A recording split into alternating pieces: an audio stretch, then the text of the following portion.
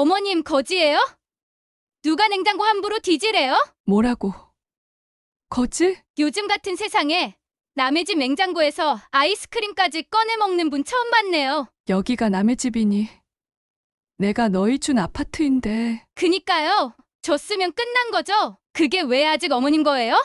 안녕하세요. 빛나는 삶의 기록입니다. 오늘은 어머니라는 이유로 모든 걸 내어주고도 결국 소외되고 모욕당한 한 여성의 이야기를 들려드리겠습니다. 희생은 미덕이 아니었습니다. 존중받지 못한 사랑은 결국 외면당했습니다. 그리고 그녀는 결심합니다. 이제 나를 위해 살겠다. 이 이야기가 궁금하시다면 좋아요와 구독, 그리고 알림 설정까지 부탁드릴게요. 당신의 응원이 저희에게 큰 힘이 됩니다. 그럼 지금부터 이야기 시작하겠습니다. 부산 영도의 한 아파트 단지. 아침 햇살이 거실 창문을 통해 들어오고 있습니다. 66세의 한지숙은 커피 한 잔을 들고 창밖을 바라보며 깊은 생각에 잠겨 있어요. 35년간 공무원으로 성실히 일하며 모은 재산으로 마련한 이 30평 아파트는 그녀의 전부였습니다. 어머니, 저 왔어요. 현관문이 열리며 아들 민규가 들어옵니다. 31세의 민규는 대학을 졸업하고 부산의 한 무역회사에 취직해 안정된 직장을 가지고 있어요. 어머니, 오늘 소연이 집에서 양가 상견례 이야기가 나왔어요. 지숙은 아들의 얼굴을 바라보며 미소를 지었습니다. 그래, 우리 민규가 이제 장가를 가는구나. 소연이 좋은 아이더라. 예쁘고 착하고. 네, 어머니. 그런데 민규가 말을 망설이자 지숙이 물었습니다. 왜? 무슨 일이야? 소연이 부모님이 신혼집을 마련해달라고 하세요. 지숙의 표정이 잠시 굳어졌어요. 요즘 결혼 문화가 많이 바뀌었다고는 하지만 갑작스러운 이야기였습니다. 신혼집을? 얼마나 큰 집을 원하시는데? 30평 정도면 된다고 하시는데, 어머니, 저희가 어떻게 그런 돈을 마련할 수 있겠어요? 민규의 목소리에 절망감이 묻어났습니다. 지숙은 커피잔을 테이블에 내려놓고 한참을 생각했어요. 며칠 후 상견례 자리에서 소연의 어머니는 정중하지만 단호한 목소리로 말했어요. 사돈 요즘 시대의 신혼집 마련은 기본이잖아요. 우리 소연이가 시집가서 전세방에서 살 수는 없지 않겠어요? 소연의 아버지도 거들었습니다. 민규 월급으로는 대출도 받기 어려울 텐데 사돈이 도와주셔야죠. 지숙은 조용히 듣고 있다가 입을 열었습니다. 소연아, 너는 어떻게 생각하니? 소연이 수줍게 대답했어요. 어머님, 저는 민규 오빠만 있으면 어디서든 살 수 있어요. 하지만 부모님이 걱정을 많이 하시네요. 그날 밤 지숙은 잠을 이루지 못했습니다. 평생 모은 재산이 이 아파트와 매달 나오는 공무원 연금뿐이었어요. 남편이 죽은 후 혼자 살아오면서 이 집이 유일한 의지처였습니다. 며칠 후 지숙은 민규를 불러 앉혔습니다. 민규야, 네, 어머니. 이 집을 너희에게 주마. 민규가 깜짝 놀라며 일어섰어요. 어머니, 무슨 말씀이세요? 이 집은 어머니 집이에요. 괜찮다. 나는 작은 곳에서도 충분히 살 수 있어. 대신 너희가 행복하게 살아야 한다. 어머니. 민규의 눈에 눈물이 맺혔습니다. 그런데 조건이 있다. 네, 말씀하세요. 나중에 여유가 생기면 나에게 작은 집이라도 하나 마련해주고, 그리고 무엇보다 소연이와 잘 살아라. 장인 장모에게 예의를 지키며 살라고 해라. 네, 어머니, 감사합니다. 정말 감사합니다. 민규는 어머니 앞에서 무릎을 꿇고 절을 올렸어요. 지숙은 아들의 머리를 쓰다듬으며 눈물을 참았습니다. 한 달 후 지숙은 인근의 작은 빌라로 이사를 했어요. 20평도 안 되는 작은 공간이었지만 아들의 행복을 위한 선택이었습니다. 결혼 후 6개월이 지났습니다. 지숙은 일주일에 한두 번씩 아들 부부를 찾아가 집안일을 도와주었어요. 소연은 처음에는 고마워했지만 점점 시어머니와의 거리를 두기 시작했습니다. 어느 화요일 오후 지숙은 동네 마트에서 장을 보고 있었어요.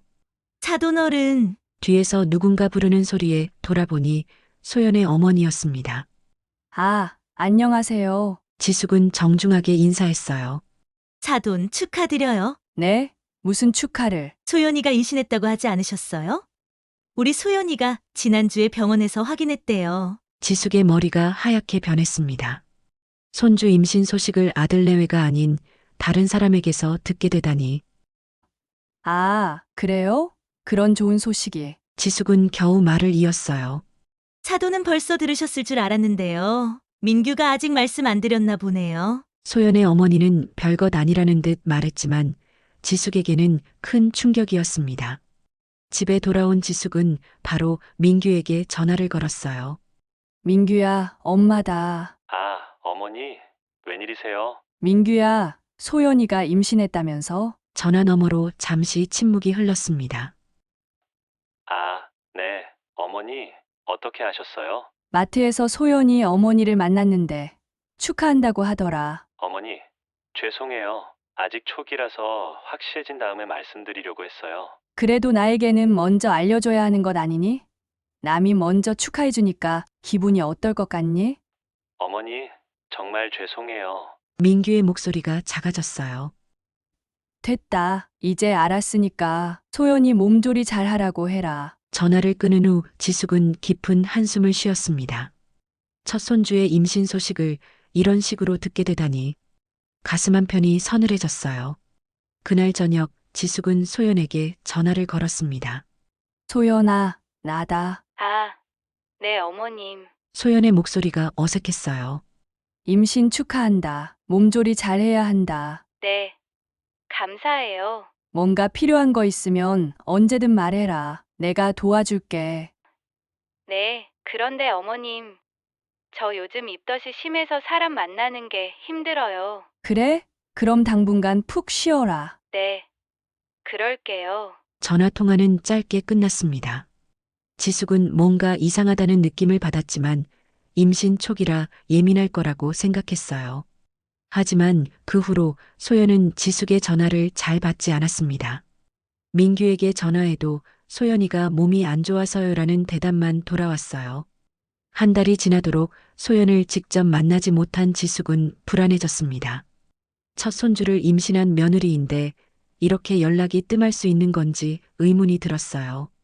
어느 날 우연히 근처 카페에서 소연을 목격했습니다. 소연은 친구들과 함께 웃으며 커피를 마시고 있었어요. 입덧이 심하다고 했는데 멀쩡해 보였습니다.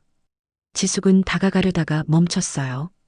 혹시 자신이 예민하게 생각하는 건 아닐까 싶었습니다. 그저 조용히 돌아왔지만 마음속에는 작은 상처가 남았어요. 임신 9개월째 소연은 친정 근처의 산부인과에서 출산을 했습니다. 지숙은 민규에게서 출산 소식을 들었어요. 어머니, 소연이가 아들을 낳았어요? 그래? 우리 민규가 아빠가 되었구나. 나도 지금 병원으로 갈게. 어머니, 그런데 소연이가 아직 많이 힘들어해서 면회를 사양한다고 해요. 뭐? 면회를 사양한다고? 지숙은 믿을 수 없다는 표정을 지었어요. 죄송해요. 어머니, 출산 후 컨디션이 안 좋다고 하네요. 그럼 언제 볼 수 있는 거니? 산후조리원에 들어가면 연락드릴게요. 민규의 목소리가 점점 작아졌습니다. 그날 밤 지숙은 잠을 이루지 못했어요. 첫 손주가 태어났는데 시어머니가 면회도 할 수 없다니. 이런 일이 어디 있을까요? 며칠 후 소연은 친정 근처의 고급 산후조리원에 입원했습니다. 지숙이 면회를 요청했지만 소연은 아직 몸이 회복되지 않았다며 거절했어요. 민규야, 산후조리원 면회 시간이 언제니? 어머니, 소연이가 당분간은 장모님만 면회를 받겠다고 해요. 뭐라고? 그게 무슨 말이야? 지숙의 목소리가 높아졌습니다. 어머니, 산후조리원 규정상 면회객을 제한한다고 하네요. 그럼 나는 언제 손자를 보는 거야? 집에 와서 보시라고 하네요. 집에 와서 산후조리원에서 나오면 언제인데? 2주 후요. 지숙은 허탈했습니다. 손자가 태어난 지 일주일이 넘도록 얼굴도 보지 못하고 있었어요. 그런데 더 충격적인 일이 있었습니다.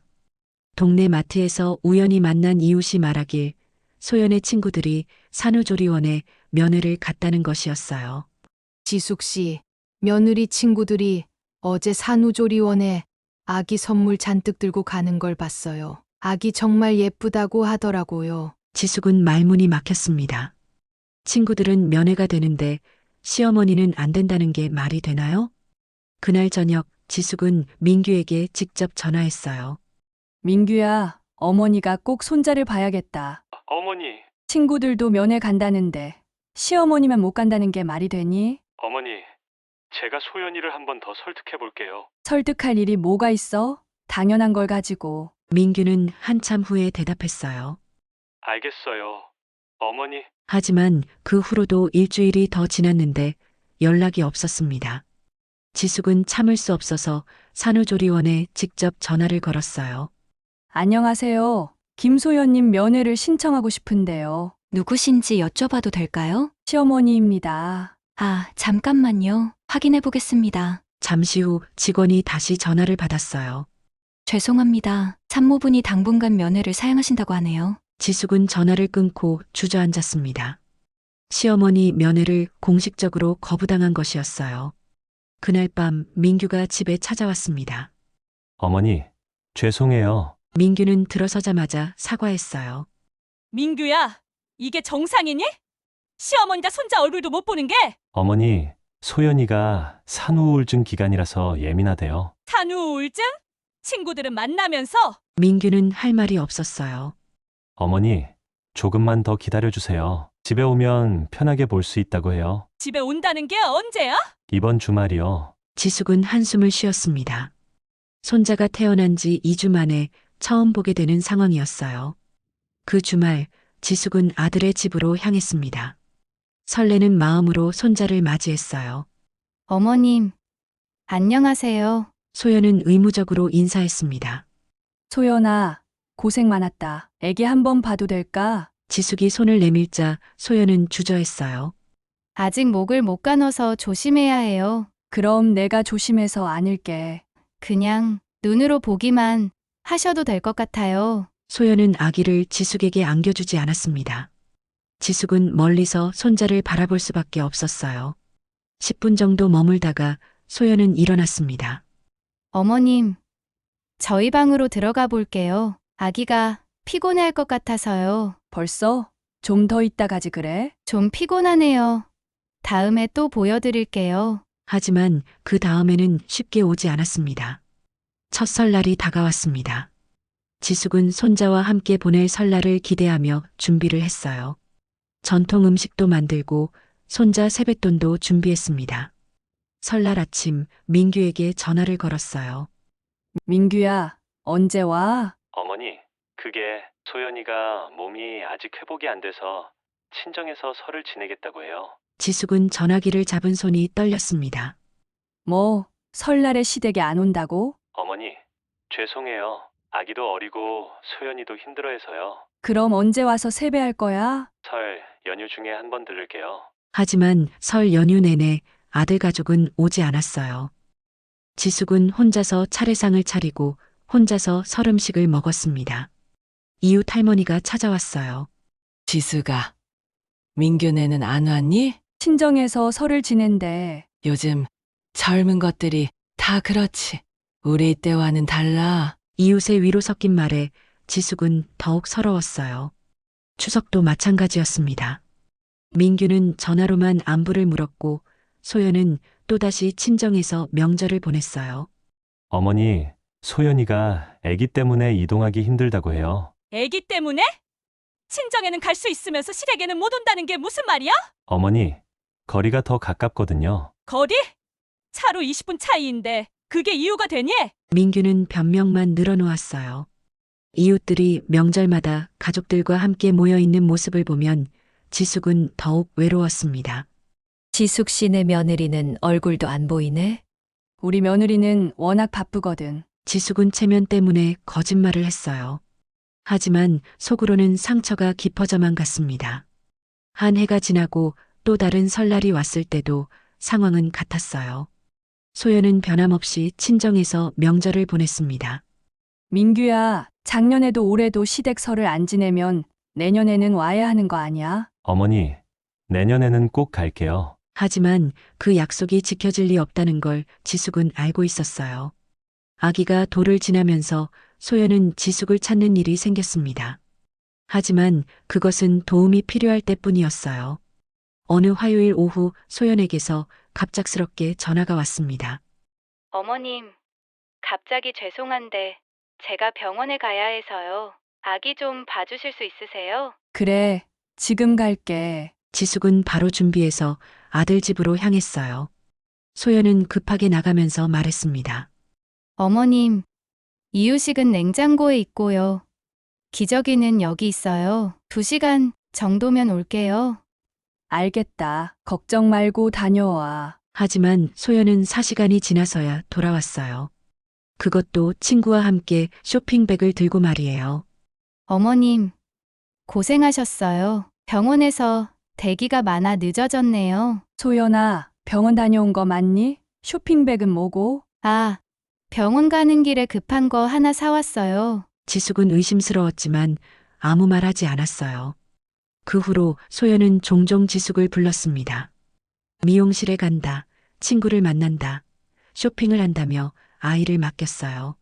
어머님, 미용실 예약이 오늘밖에 안 돼서요. 3시간 정도 봐주세요. 어머님, 대학 동창 만나는 날인데 아기 데리고 갈 수가 없어서요. 어머님, 백화점에서 세일한다는데 혼자 가야 제대로 볼 수 있어서요. 지숙은 손자를 볼 수 있어서 좋았지만 소연의 태도가 점점 당연하다는 듯 바뀌는 게 불편했어요.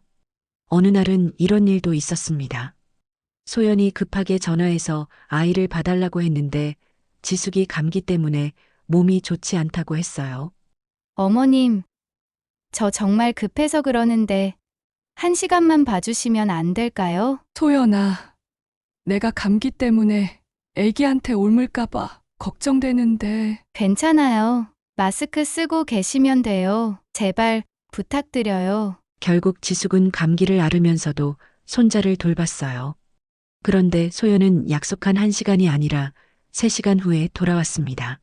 어머님, 정말 죄송해요. 차가 막혀서 늦었네요. 소연아, 오늘같이 내가 아픈 날은 좀 빨리 와줘. 죄송해요. 다음에는 이런 일 없을게요. 하지만 다음에는 이라는 말은 공허했어요. 비슷한 일이 계속 반복됐습니다. 더 기가 막힌 건 소연이 돌아온 후의 태도였어요.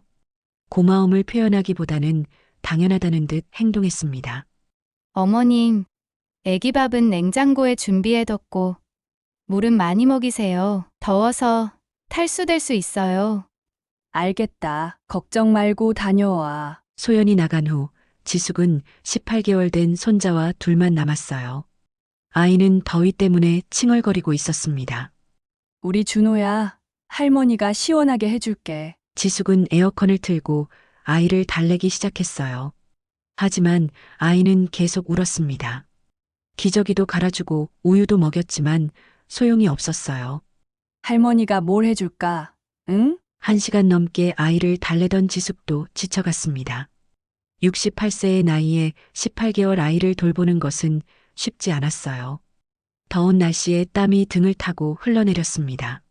준호야, 그만 울자. 할머니도 힘들어. 그때 아이가 냉장고를 가리키며 뭔가를 말했어요.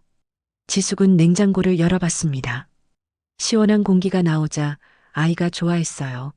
아, 시원한 게 좋구나. 냉장고 안에는 여러 가지 음식들이 있었어요. 그 중에 아이스크림이 몇 개 있는 것이 보였습니다. 우리 준호도 아이스크림 먹고 싶어? 할머니도 더워서 죽겠네. 지숙은 아이에게 아이스크림을 조금 먹여줬어요. 아이가 좋아하자 지숙도 더위를 식힐 겸 하나를 꺼내 먹었습니다. 아, 이거 맛있네. 할머니도 오랜만에 아이스크림 먹어보네. 그렇게 2시간이 더 지났습니다. 소연이 약속한 시간보다 훨씬 늦어지고 있었어요. 지숙은 지쳐서 소파에 앉아 있었습니다. 오후 6시가 되어서야 소연이 돌아왔어요. 친정 어머니와 함께였는데 둘 다 쇼핑백을 들고 있었습니다. 어머님, 고생하셨어요. 소연은 형식적으로 인사했어요. 사도는 괜찮으세요? 네, 별일 아니었어요. 그냥 혈압약 처방받았어요. 그런데 소연이 냉장고를 열더니 갑자기 얼굴이 굳어졌어요. 어머님, 이거 드셨어요? 소연이 빈 아이스크림 포장지를 들고 있었습니다. 아, 그거? 너무 더워서 하나 먹었다. 준호도 조금 줬고 어머님, 소연의 목소리가 차가워졌어요. 이거 민규 오빠가 좋아하는 거라서 특별히 사온 건데요. 그래? 미안하다. 그냥 여러 개 있길래 하나 먹었어. 어머님, 왜 물어보지도 않고 드세요? 지숙은 당황했어요. 손자를 돌봐주다가 더위 때문에 아이스크림 하나 먹은 것이 그렇게 큰 잘못인지 이해할 수 없었습니다. 소연아, 미안하다. 내가 하나 사다 놓을게. 그런 게 아니에요. 예의의 문제잖아요. 소연의 목소리가 점점 높아졌어요. 옆에 있던 친정 어머니도 거들었습니다.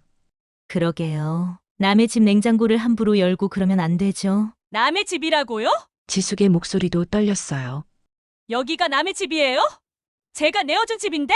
어머님, 그런 식으로 말씀하시면 안 되죠? 소연이 더욱 날카롭게 말했어요. 진짜 어머님, 거지도 아니고 왜 그러세요? 그 순간 지숙의 머리가 하얘졌습니다. 거지라는 말이 귀에 메아리 쳤어요. 뭐라고 했니? 어머님이 그렇게 행동하시니까 거지 같다고 한 거예요. 지숙은 믿을 수 없었어요. 2시간 동안 손자를 돌봐준 시어머니에게 아이스크림 하나 때문에 거지라고 하다니. 소현아, 지금 뭐라고 한 거야? 실수했으면 미안하다고 하면 되는데 왜 변명을 해요? 거지라고 했지? 나한테 거지라고 했어? 지숙의 목소리가 떨렸어요. 35년 공무원으로 일하면서 누구에게도 손 벌리지 않고 살아온 자신을 거지라고 하다니. 그때 민규가 퇴근해서 들어왔어요. 어머니, 왜 이렇게 계세요? 무슨 일이에요? 민규야, 네 와이프가 지금 어머니를 거지라고 했다. 네, 무슨, 민규는 상황을 파악하지 못했어요. 소연아, 무슨 일이야? 소연이 울먹이며 대답했어요. 오빠, 어머님이 우리 냉장고 음식을 마음대로 먹어서 내가 말한 거야. 그런데 화를 내시네. 어머니, 뭐 드셨어요? 아이스크림 하나 먹었다고 거지라고 하네. 민규는 한숨을 쉬었어요. 어머니, 소연이가 그런 뜻으로 한 말은 아닐 거예요. 그런 뜻이 아니라고? 거지라는 말을 그런 뜻이 아니라고? 지숙은 아들마저 며느리 편을 드는 것에 더욱 분노했어요. 어머니, 진정하세요. 소연이도 임신해서 예민한 시기고. 뭐? 또 임신했다고? 네, 둘째 임신 초기라서 감정 기복이 심해요. 그래서 시어머니를 거지라고 해도 되는 거야? 민규는 어쩔 줄 몰라 했어요.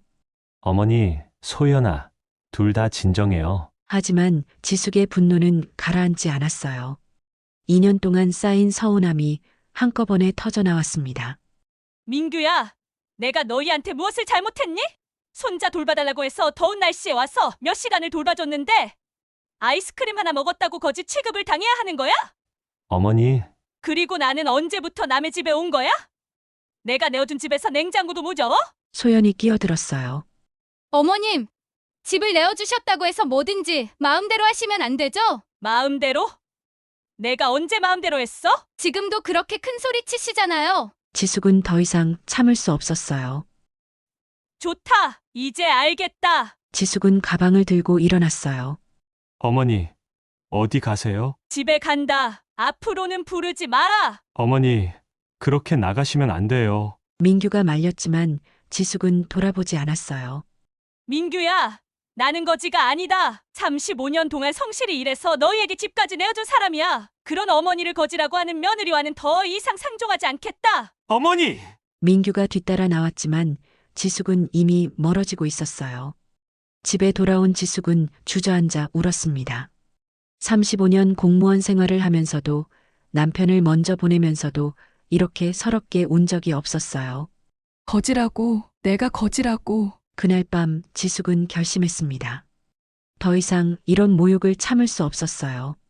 다음 날 아침 지숙은 부동산에 전화를 걸었어요. 안녕하세요. 영도구 아파트 매매로 내놓고 싶습니다. 아, 네.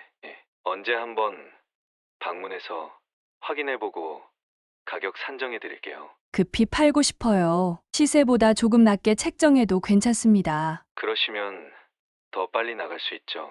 내일 오전에 방문해도 될까요? 네, 좋습니다. 전화를 끊은 후 지숙은 변호사 사무실에도 전화를 걸었어요. 선생님, 집 매각 관련해서 상담받고 싶습니다. 어떤 상황이신지 설명해 주세요. 지숙은 자세한 상황을 설명했어요. 아들 부부에게 증여한 게 아니라 그냥 살게 해준 상황이시군요. 네, 정식으로 명예 이전은 하지 않았습니다. 그럼 집주인이 나가라고 하면 나가야 하는 상황이에요. 법적으로 문제 없습니다. 그럼 언제까지 나가라고 통지하면 될까요? 보통 한 달 정도 여유를 주시면 됩니다. 지숙은 내용 증명을 발송하기로 했어요. 더 이상 감정적으로 처리하고 싶지 않았습니다. 그날 오후 민규가 찾아왔어요.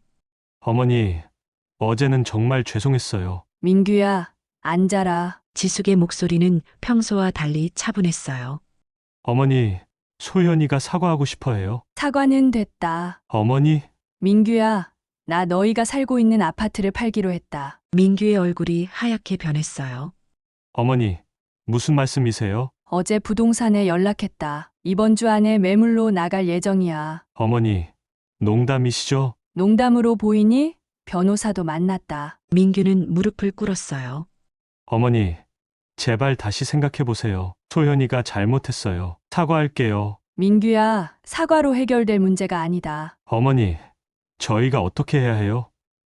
갑자기 집을 나가라고 하시면. 한 달 여유를 줄 테니까 그동안 다른 곳을 알아봐라. 어머니, 제발. 민규가 울기 시작했어요.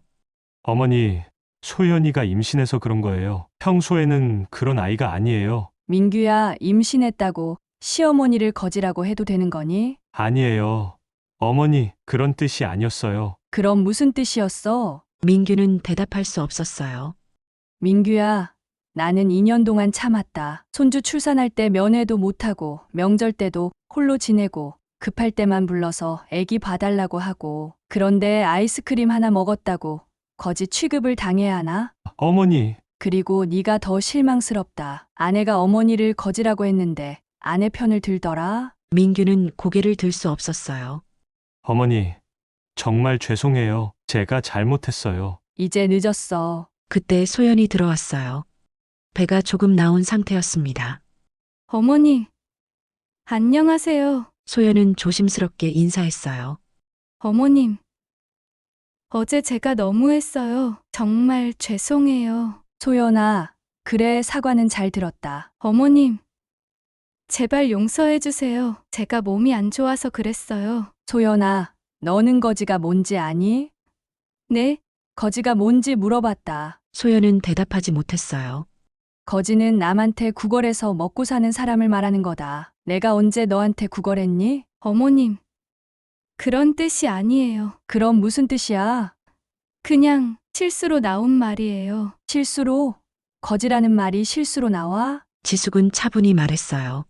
소연아, 나는 35년 동안 공무원을 했다. 한 번도 남에게 손 벌리지 않고 살았어. 그런 나한테 거지라고 하는 며느리와는 앞으로 가족으로서의 인연을 끊기로 했다. 어머님, 그리고 이 집도 팔기로 했다. 한 달 안에 나가라. 소연이 울기 시작했어요. 어머님, 제발 용서해 주세요. 다시는 그런 일 없을게요. 소연아, 나를 바보로 보니? 네? 2년 동안 너희가 나를 어떻게 대했는지 모르는 줄 아니? 거지라는 말은 마지막 한 방울이었을 뿐이야. 지숙은 일어났어요. 내용 증명은 이미 발송했다. 법적으로 문제 없다고 변호사도 확인해줬다. 어머니, 그럼 저희는 어떻게 해요? 민규가 절망적으로 물었어요. 그건 네가 알아서 해야 할 일이지. 나는 이제 너희 일에 관여하지 않겠다. 어머니, 준호는 어떻게 해요? 준호는 할머니를 좋아하는데. 준호는 안타깝지만 어쩔 수 없다. 부모가 할머니를 거지 취급하는데 어떻게 만날 수 있겠니? 지숙은 가방을 들었어요. 앞으로 연락하지 마라. 나는 이제 혼자 살겠어. 어머니, 민규와 소연이 동시에 불렀지만 지숙은 돌아보지 않았어요. 한 달 후 아파트는 예상보다 빨리 팔렸습니다. 지숙은 매매 대금을 받고 민규 부부가 이사하는 것을 지켜봤어요. 마지막까지도 그들은 사과하려 했지만 지숙은 받아주지 않았습니다. 어머니, 정말 이렇게까지 하셔야 해요? 민규가 마지막으로 말했어요. 민규야, 나도 자존심이 있다. 거지라는 말을 들으면서까지 가족 노릇할 수는 없어. 어머니, 잘 살아라. 그리고 앞으로는 연락하지 마라. 민규 부부가 이사를 간 후 지숙은 작은 빌라에서 혼자만의 시간을 가졌어요. 그동안 참아왔던 감정들을 정리할 시간이었습니다. 며칠 후 지숙은 오래된 사진첩을 꺼냈어요. 민규가 어렸을 때부터 결혼할 때까지의 사진들이 가득했습니다. 이 아이가 언제 자라서 어머니를 거지라고 하는 며느리를 두둔하게 됐을까? 지숙은 사진을 보며 혼잣말했어요. 하지만 더 이상 슬프지 않았습니다. 분노와 서운함이 지나간 자리에는 홀가분함이 있었어요. 이제 진짜 내 인생을 살아보자. 지숙은 결심했습니다. 68세의 나이에 새로운 시작을 하기로 한 것이에요. 먼저 집을 정리했습니다. 민규와 관련된 사진들은 모두 한 상자에 넣어 보관하고 거실에는 자신의 사진만 걸었어요. 그 다음에는 새로운 취미를 찾기 시작했습니다. 동네 문화센터에서 서예 강좌를 신청하고 요가도 배우기 시작했어요. 어머님, 혼자 사시는 분이 이렇게 활기차시니까 보기 좋아요. 서예 강사가 말했어요. 네, 이제 정말 제 인생을 살고 있어요. 지숙은 밝게 웃었습니다. 몇 달이 지나면서 지숙의 일상은 완전히 바뀌었어요. 아침에 일어나서 요가를 하고 오후에는 서예를 연습하고 저녁에는 산책을 했습니다. 친구들과 만나는 시간도 늘어났어요. 지수가 요즘 얼굴이 많이 밝아졌다. 오랜 친구가 말했어요. 그래? 나도 그런 것 같아. 민규네랑은 어떻게 됐어? 연락 안 해. 그게 서로에게 좋은 것 같아. 그래도 준호가 그리울 텐데. 그립긴 하지. 하지만 자존심을 잃으면서까지 만날 수는 없어. 지숙은 담담하게 대답했어요. 겨울이 되면서 지숙은 새로운 결심을 했습니다. 아파트 매매 자금으로 작은 카페를 운영해 보기로 한 것이에요. 어머님, 68세의 카페를 차리시겠다고요? 부동산 중개사가 놀라며 물었어요. 네, 늦었다고 생각하지 않아요. 이제 시작이에요. 지숙은 동네 작은 상가에 10평 남짓한 카페를 열었습니다. 모두의 쉼터라는 이름을 지었어요. 카페 개업일 많은 이웃들이 축하해 주러 왔습니다. 지숙 씨, 정말 대단해요. 이 나이에 새로운 도전을 하시다니. 네, 인생은 언제든 다시 시작할 수 있다고 생각해요, 지숙은 자신만만하게 말했어요. 카페는 예상보다 잘 되었습니다. 동네 어르신들이 자주 찾아와서 차를 마시며 이야기를 나누었어요. 지숙은 그들과 함께 웃고 수다를 떨며 진정한 행복을 느꼈습니다. 어느 날 카페에서 일하고 있는데 익숙한 목소리가 들렸어요. 어머니, 돌아보니 민규가 서 있었습니다. 1년 만이었어요. 민규야, 어떻게 여기를? 어머니 카페 연다는 소식을 들었어요. 민규는 조심스럽게 다가왔어요. 어머니, 그동안 잘 지내셨어요? 보다시피 잘 지내고 있다. 지숙은 차분하게 대답했어요. 어머니, 저희 정말 잘못했어요. 소연이도 많이 반성하고 있어요. 그래? 그럼 잘 됐네. 어머니, 다시 가족이 될 수 없을까요? 민규의 목소리에 간절함이 묻어났어요. 지숙은 잠시 생각했습니다. 1년 동안 혼자 살면서 많은 것을 깨달았어요. 가족이라는 이름으로 자존심을 잃으며 살 필요는 없다는 것을 말이죠. 민규야, 나는 이제 행복해. 네, 1년 동안 혼자 살면서 진짜 내 인생을 찾았어. 카페도 운영하고, 새로운 친구들도 사귀고, 취미도 생겼고. 민규는 조용히 들었어요.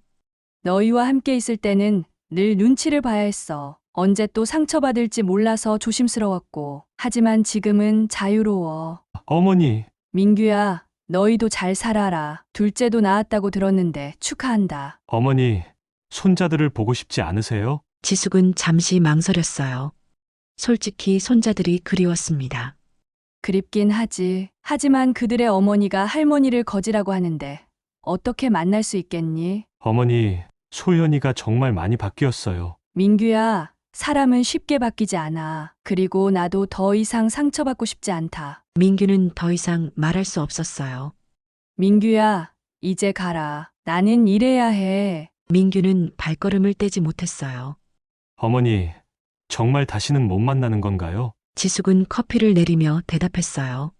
민규야, 어머니를 진심으로 존경하고 사랑한다면 언제든 환영이야. 하지만 형식적인 관계라면 굳이 필요 없어. 어머니, 그리고 소연이가 진심으로 반성한다면 직접 와서 사과해야지.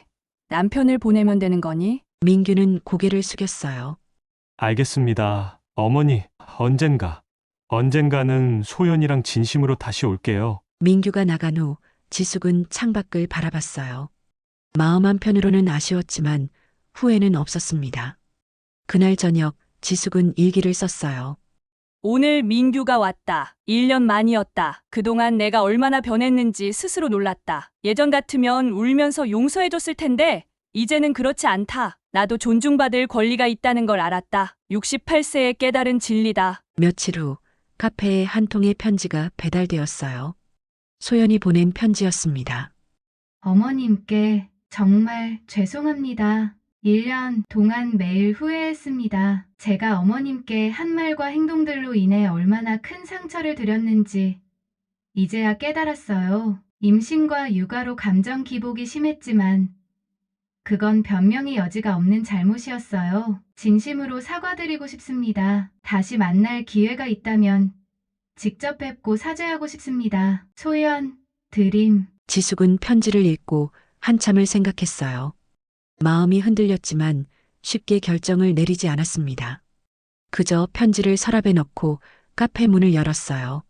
손님들이 들어오며 그녀의 새로운 하루가 시작되었습니다. 한지숙님의 이야기는 여러분께 어떻게 다가오셨나요?